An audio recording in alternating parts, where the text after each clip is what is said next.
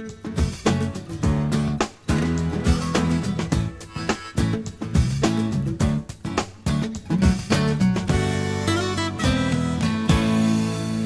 I'm Al Sutherland with your Mesonet Weather Report.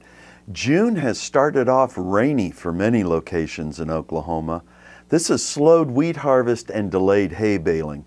The upside to all the rain is that our soils are getting recharged as we look ahead to warm summer days. A soil map from June 5th shows areas of recharge for the first days of June in green. The locations of heavy rain created circular areas of recharge scattered across the state. Some of the rain showers have been really intense. A downpour in Chickasha on Tuesday, June 5th, dropped 1 3/10 inches in an hour. A combination of graphs for air temperature, wind, and rain shows how all those ingredients interacted at the same time. The top graph shows how quickly the rain cooled the air. In 30 minutes, the air temperature, the solid red area in the top graph, dropped 19 degrees from 88 to 69 degrees. The winds jumped up to blow close to 25 miles per hour. That's the dark blue area in the middle graph.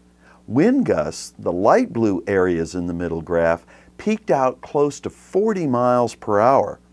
The rain is shown in the bottom graph. The green line shows rain accumulating as it climbs. These combination graphs called mediograms make it easy to see how the different weather variables react at the same time. Just another Oklahoma rainstorm rolling through. Gary, what's our drought situation like? Thanks, Al. Let's start with a look at the latest U.S. drought monitor map that came out on Thursday morning. Now, the rains we've had over the last few weeks won't be considered until next week's map, so please keep that in mind. One of the greatest concerns we've had recently is the dry conditions that have developed in eastern Oklahoma, especially in the southeastern corner, and the latest U.S. drought monitor map reflects that, with D1 or moderate drought introduced into that area. Now, we still have drought in southwestern Oklahoma, but we hope the recent rains will help reduce that, and that should be reflected on next week's map. Well, things so far haven't been quite as bad as last year, at least when we look at the hundreds that have occurred in the state. This is the latest Mesonet map, at least through June 5th, of the number of 100-degree days across the Oklahoma Mesonet. As you can see, Altus leads the state with 12 days above 100 degrees so far this year, and there have even been a few up in the Oklahoma Panhandle, but really across the entire state, not much at all. Now take a look at this map from the same period last year, January 1st through June 5th, 2011. You can see the hundreds this year aren't nearly as widespread as they were last year, but in reality the hundreds were just getting started. In southwestern Oklahoma, things are very comparable between this year and last year. Now let's take a look at last year versus this year with days of 90 degrees or above. As you can see from last year, southwestern Oklahoma already had more than 30 days above 90 degrees in some areas, and northwest Oklahoma was up there as well, and that traveled into central Oklahoma.